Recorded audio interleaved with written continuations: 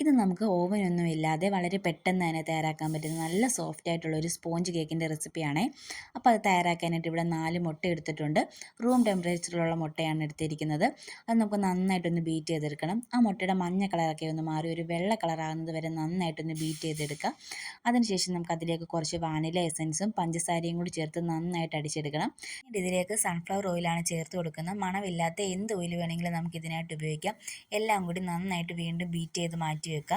പിന്നീട് നമുക്ക് 1 കപ്പ് മൈദ, 1/2 teaspoon baking powder, baking soda, ആവശ്യത്തിന് ഉപ്പ്, ഇത്രയും കൂടി നമുക്കൊരു 3 വട്ടം നന്നായിട്ടൊന്ന് അരിച്ചെടുത്ത് മാറ്റി വെക്കണം. നമുക്ക് ഈ ഒരു മിക്സ് നമ്മൾ ബീറ്റ് ചെയ്ത് വെച്ചിരിക്കുന്നതിലേക്ക് ഇട്ട് കൊടുത്ത് കുറേശ്ശെ മിക്സ് ചെയ്തെടുക്കുക. ഒരേ ഡയറക്ഷനിലേക്ക് മാത്രം മിക്സ് ചെയ്യാൻ എപ്പോഴും ശ്രദ്ധിക്കുക.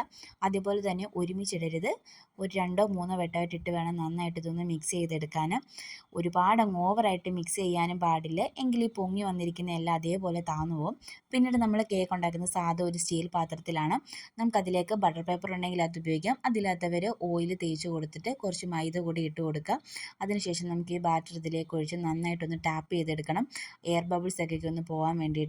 പിന്നീട് ഞാനിവിടെ ഒരു ചരുവത്തിലാണ് വെക്കുന്നത്. ചരുവത്തിനകത്ത് തിരികെ പോലത്തെ ഒരു സാധനം വെച്ച് ഒരു 5 മിനിറ്റ് പ്രീ ഹീറ്റ് ചെയ്യുന്നുണ്ട്. അതിനുശേഷം നമുക്ക് ഈ മിക്സ് ഇതിലേക്ക് വെച്ച് കൊടുത്ത് നമുക്ക് വേവിച്ചെടുക്കാം. എനിക്ക് ഏകദേശം ഒരു 1/2-3/4 മണിക്കൂർ വേണ്ടി വന്നത് നന്നായിട്ടൊന്ന് വെന്ത് കിട്ടാനായിട്ട്. അപ്പം ഇത് നന്നായിട്ട് നല്ല സോഫ്റ്റായിട്ട് വന്നിട്ടുണ്ട്. നമ്മുടെ വീട്ടിലുള്ള സാധനങ്ങളൊക്കെ വെച്ചിട്ട് നമുക്ക് വളരെ പെട്ടെന്ന് തന്നെ തയ്യാറാക്കാൻ പറ്റുന്ന ഒരു കേക്കിൻ്റെ റെസിപ്പിയാണിത്.